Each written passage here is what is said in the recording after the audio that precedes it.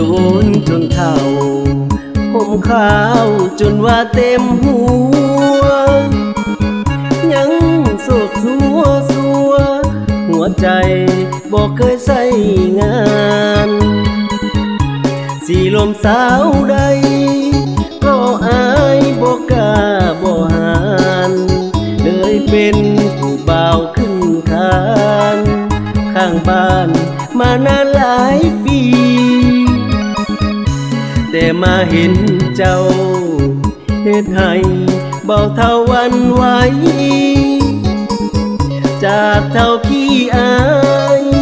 ก็กลายเป็นเท่าสูสีหลงมักสาวน้อยใจห้อยขึ้นมาทันทีอยากได้เป็นคู่สีวีอีลาสิว่าจังใดถึงแก่ก็แก่แค่เพียงแต่หูจะเผาสรุปว่าเท่าแล้วบ่มีไฟถ้าแม่นได้เจ้าบักเท่าสิขอสู่ตายสิหักถ้าน้อมสามไว้บ่ให้เสียใจดอกนา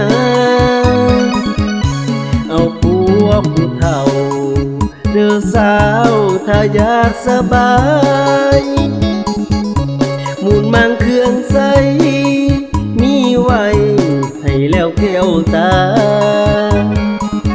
ถ้าเจ้าพอใจสิแบ่งบ่ให้น้อยหน้าเลี้ยงสั่งเฒ่าเพิ่นว่าขายงาเบาเท่านี้นะหักแท้เด้อนาง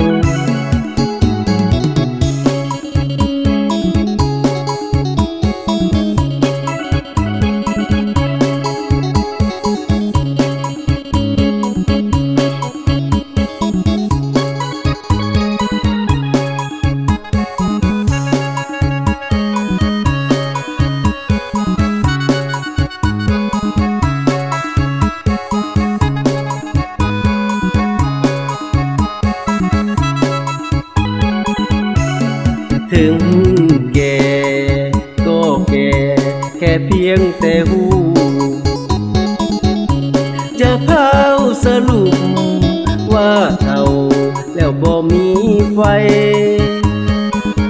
ถ้าแม่นได้เจ้าบักเท่าสิขอสู่ตายสิหักถ้าน้อมสามไว้บ่ให้เสียใจดอกนาเอาผัวผู้เฒ่าเด้อสาวถ้าอยากสบายมูลมังเครื่องใสมีไว้ให้แล้วแก้วตาถ้าเจ้าพอใจสิแบ่ง